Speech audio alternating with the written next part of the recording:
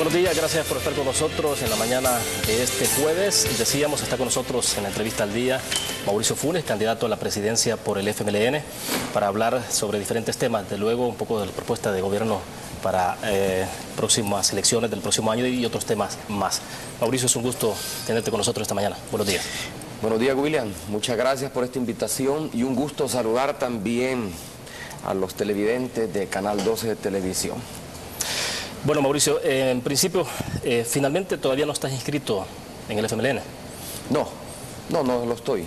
De hecho, la Constitución establece que para cargos de elección popular, presidente y vicepresidente de la República, se debe de llegar a propuesta de un partido político. Obviamente que cuando se abra el plazo de inscripción para candidatos, ahí deberé de inscribirme para que a su vez el FMLN me inscriba como candidato a la presidencia de la República. Pero en este momento no ha sido ni una exigencia del liderazgo ni tampoco de la base del FMLN el que esté inscrito dentro del FMLN. Bueno, pero este entonces es un mecanismo estrictamente formal, es decir, vas a cumplir porque hay un requerimiento de carácter constitucional. Es que en ningún momento fue planteado ni puesto en la mesa como condición para aceptar la candidatura presidencial. Lo que se ha construido es una alianza estratégica entre un candidato que proviene del seno de la sociedad civil, un candidato que no ha tenido hasta el momento militancia partidaria, ni en el FMLN ni en ningún otro partido político, pero que abraza el proyecto de transformaciones que viene empujando el FMLN en los últimos años. De tal suerte que cuando la comisión política me plantea la posibilidad de aceptar la candidatura, en ningún momento pone en primera línea la inscripción. Esta inscripción deberá de venir como un requisito que exige la Constitución de la República.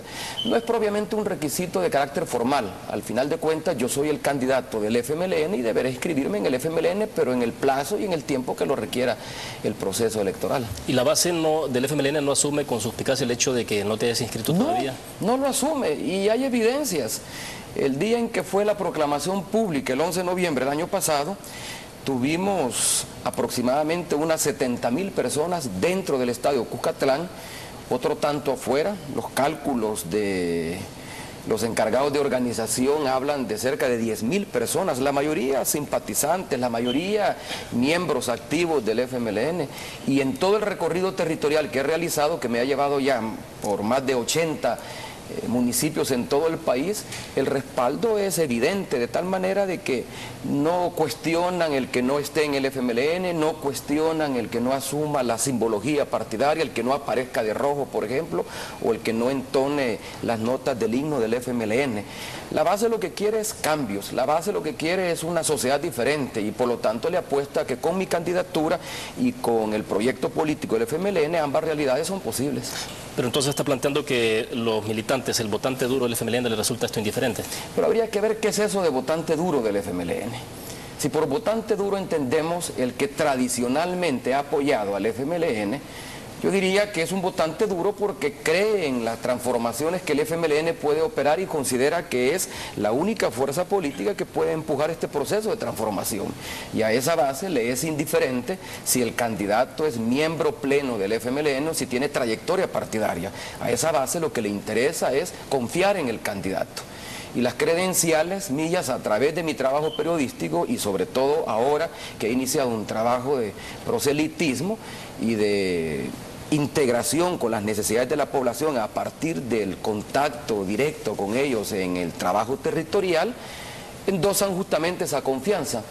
Yo no le veo ningún problema. Ese punto, en mi opinión, pasa a ser un punto secundario cuando hay toda una base, toda una militancia, pero sobre todo todo un pueblo detrás de esa base que lo que está demandando es un cambio. El 80% de la población, según la encuesta del Instituto Universitario de Opinión Pública, la UCA, plantea que se necesita un cambio de rumbo. Y por lo tanto un cambio de rumbo puede significar un cambio en el equipo de conducción del aparato público. Y ahí es donde entonces la propuesta mía como candidato encaja independientemente si estoy inscrito o no en el FMLN. Hablemos un poco sobre campaña y financiamiento. Bueno, personalmente llegaste a la Asamblea Legislativa a presentar una propuesta muy puntual ante los diputados en torno a lo que tiene que ver con la transparencia y el financiamiento electoral. Yo quisiera saber de qué forma se está financiando la campaña Mauricio Funes. Es que la campaña no ha arrancado. La campaña formalmente arranca en noviembre. Bueno, digamos las actividades que ya realizas de visita a los municipios. El FMLN tiene sus propios recursos. Hay que tomar en cuenta que el FMLN es un partido político.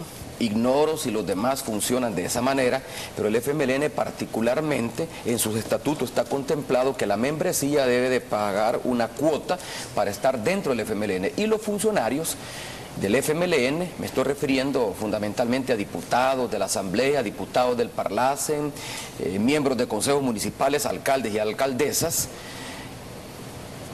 aportan un porcentaje de sus ingresos, y eso constituye un patrimonio público del FMLN con el cual el FMLN financia sus actividades. Pero todo este trabajo territorial es financiado en forma espontánea por diferentes sectores que están respaldando el trabajo político del FMLN. Por ejemplo, cuando hacemos una concentración en un municipio, y hay caseríos y cantones donde hay gente que quiere llegar a escuchar el candidato o los aportes de la fórmula presidencial, espontáneamente hay empresarios de buses que ponen sus buses y que los dan al servicio de la movilización territorial. No implica que nosotros tenemos que pagar buses o tenemos que pagarle comida a la gente, como se suele decir con frecuencia. Las actividades son a determinadas horas puntuales, la gente se mueve y muchos corren por su propia cuenta con los gastos de la movilización, de tal manera que es un mito pensar que se está erogando una fuerte cantidad de dinero en esta movilización territorial. Pero en todo caso hay un presupuesto base. Sí, pero el presupuesto base no lo manejo yo. El presupuesto lo maneja la Secretaría de Organización del FMLN, y ese presupuesto proviene de las finanzas propias del FMLN. Hay que tomar en cuenta que el FMLN no es un partido que nace ahora. El FMLN es un partido que tiene una militancia que sobrepasa a los 100.000 hombres y mujeres. Militancia que colabora, que da aportes económicos. Hay que tomar en cuenta también de que desde que se conoció la candidatura mía, ha habido también sectores empresariales, grandes, pequeños y medianos, que voluntariamente, porque la ley no lo prohíbe, pero que voluntariamente han dado sus aportes para poder financiar este esfuerzo. La verdad que la erogación no es tanto como se dice, ni siquiera el día en que se proclamó la fórmula presidencial apareció una publicación en el diario El Mundo donde decía de que el FMLN había gastado cerca de $200.000 y le había pagado a un empresario para la transmisión del evento un poco más de $80.000. Yo tuve acceso al contrato. El contrato de transmisión, según tengo entendido, porque eso lo manejó Cifrido Reyes como secretario de Comunicaciones, pero según tengo entendido, por la transmisión de ese evento no se pagaron más de $15.000 a la empresa que lo transmitió, y hubo otras empresas de cable, sobre todo, que transmiten localmente, a quienes no se les pagó. Ellos voluntariamente tomaron la señal del aire y la reprodujeron, de tal manera de que los números hay que ajustarlos a la realidad. ¿A cuánto puede ascender entonces ese evento, ya que lo mencionaste? No tengo idea de cuánto ascendió, pero no creo que realmente ese evento haya pasado más de los $80.000. Incluso el contrato mismo de arrendamiento del estadio no andaba por las cifras que publicaba Diario El Mundo. Yo incluso hablé con el periodista y le dije, hay que hacer una corrección de esas cifras, sobre todo que no citas fuentes, no decís quién te las ha dado. Pero hay que hacer una corrección porque ahí está dando la impresión de que se botó la casa por la ventana cuando no ha sido así.